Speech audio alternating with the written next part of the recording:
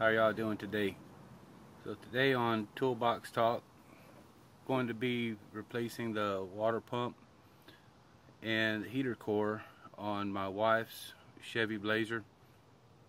So I'll guide you through it a little bit step by step and give you little tips here and there on how to do the job yourself safely, effectively, and do it right the first time. So kick back, relax, watch this little video, and hope to help you guys out. Alright, so first things first, we gotta take a look and see what we got to do to remove the water pump and the heater core from the front side of the engine and from the inner cab respectively. So what we got to do first is we have to drain the radiator from the car, drain all the fluids out, make sure that when we actually get to the water pump we don't have a bunch of coolant going all over the place making a big old mess.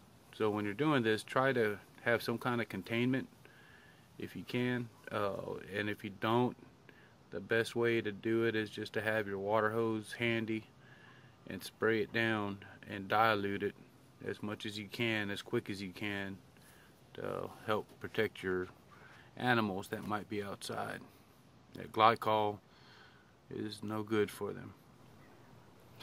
Alright, so now that you have the system drained, next step, you want to go ahead and take off the serpentine belt, which you see here. So the serpentine belt is a one belt system. Okay, down here we have the idler pulley, and most of them come with a socket built in right into it, where all you have to do is attach your ratchet inside and you can turn it to disengage the belt. You see how that weakened up that belt right there? I release it and it tightens up. I disengage the tensioner pulley there and the belt loosens up for removal. We'll do that now, and voila, you can now remove your belt from the vehicle. So it's kind of hard to do this, right? One hand holding the camera, so bear with me as I stop and start this video. Okay, so now we got the belt off. The next thing we want to do is take the fan out. Okay, the fan is attached to our water pump right here. Alright, so now that I got the water pump out, I'm going to try to show you right in here some of the surfaces there. You have where the water pump's going to be mounting into. You want that to be very clean, and right here. So they're kind of hard to get to sometimes, but anytime you're turning wrenches on a vehicle, just have patience. Try to think things through, and when in doubt, you can always post up on ToolBox Talk, and when I see the question, I'll try to answer you the best I can. So what we got here is the brand new water pump that will be going in here shortly. We'll put the gaskets on, let them set and dry, and once they are on, it's time to reassemble, put the water pump back on. Then I'll be moving back here where you see the heater core tubing coming out of the firewall, and I'll be replacing it.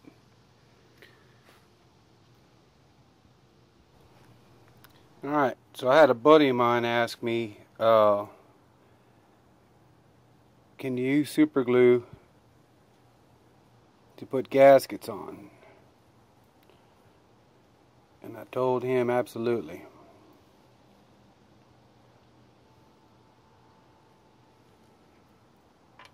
Let the gasket do its job. You don't need a whole bunch of Permatex or silicone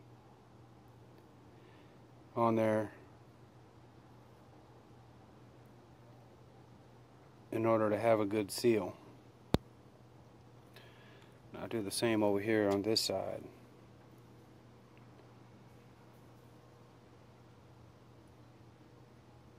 It's just super glue, stuff you get at the dollar store.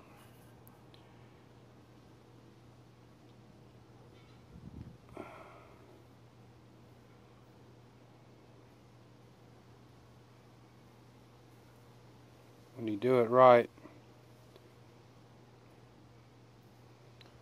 the gasket will seat in there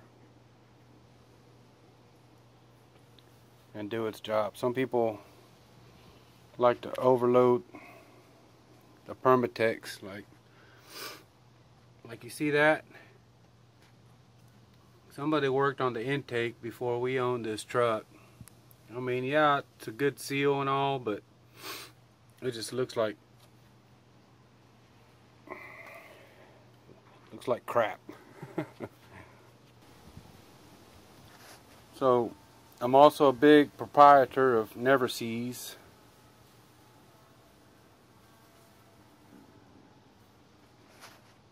Lubricant for your bolts. So you can tell where it started to rust up right there, most likely from the water leaking out, and it don't take very long. Once the water starts getting on these bolts, it doesn't take long for the rust to start settling in. So when you're taking it out, if you leave it prolonged, the rust will make these bolts like this one here damn near impossible to get out. So make sure you get all your bolts coated with some Never Seas. You don't need a whole lot, just a little bit like that. Little dab will do you, and you're ready to go. You're ready to reassemble. Alright, another thing you want to remember is to have a torque wrench handy. Okay, so this one here, you can pick them up relatively cheap, 20-30 bucks. But if you're going to be turning wrenches as a hobby or whatever, trying to save some money, it's a good tool to have to make sure that you get these bolts at the right torque, because the last thing you want is for something to be coming loose while you're on the road, highway, or freeway. Alright, so I'm going to be torquing these bolts as I go. Alright, so here we are, reassembled. We've got all the bolts torqued. The belt is back on, and it is all on its respective pulleys. That's a good thing you want to make sure, because you can actually route the belt on some vehicles and have a tight fit, but it will not be the correct alignment, a belt alignment. So when in doubt, just refer back to your owner's manual. So you see I got the fan back on as well, and the shroud. So if you paid attention earlier, you'll see that the shroud was gone. So in any time that you're working under the hood, rule of thumb, make yourself comfortable, give yourself room. So these shrouds here, the top shrouds, are easy enough to take care of. You normally have a couple of screws here on top, and then some here down on the side. And they're relatively easy to get to, provided that you have the right tools. So we're just about ready for startup. The next thing I need to go to is back here, which is the heater core. So wish me luck. I'm fixing to get underneath the firewall on the inside. Not a whole lot of room in these blazers, but here we go. Mama needs heat this summer. Alright, so got her running, no leaks. Don't have any leaks anywhere, including the gaskets that I use the super glue on. So again, you don't have to have gobs and gobs of silicone to let your gaskets do the work. A couple of things to remember when you're changing out a water pump. Make sure that you have coolant, and make sure that you have all of your tools that you're going to need. Hand wrenches, sockets, that kind of thing. I got my coolant from AutoZone there, a 50-50 mix, which isn't bad. Good bargain brand, but it works all the same.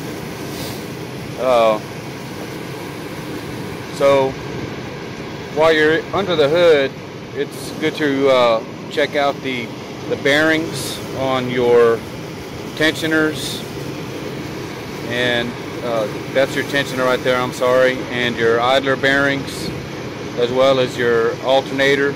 And all you have to do is just kind of grab a hold of it and kind of move it back and forth, see if you have any movement. Give it a twist, couple of turns, see if it'll spin freely without any kind of real harsh metal to metal sound. If you hear any of that or feel any of that, then chances are your bearings are going out and you want to have them replaced fairly quickly. So the heater core, I have circumvented that video. It's kind of detailed and lengthy, and there's a lot of under the dashboard goings on that I'll probably go ahead and post up a little bit later on. But at any rate, this has been ToolBox Talk. A little bit of home experience here for you. Just remember that if you have anything that you'd like to post up, feel free. I'm Marty Martinez. Always remember, be safe and drive friendly.